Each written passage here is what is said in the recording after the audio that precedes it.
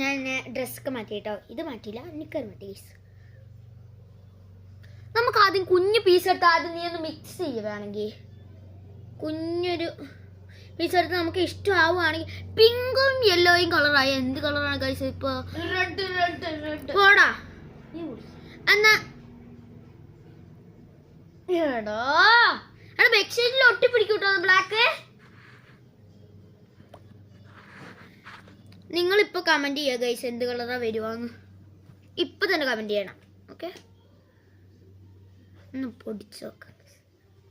ഞാൻ എൻ്റെ സ്പീഡിൽ എന്താ വെച്ചാൽ നമുക്ക് കുറച്ച് ലെങ്ത് ഉള്ളൂ ഗൈസ്. യൂട്യൂബ് ഇങ്ങനെ ഒരിച്ചിരി ലെങ്ത് വെക്കും.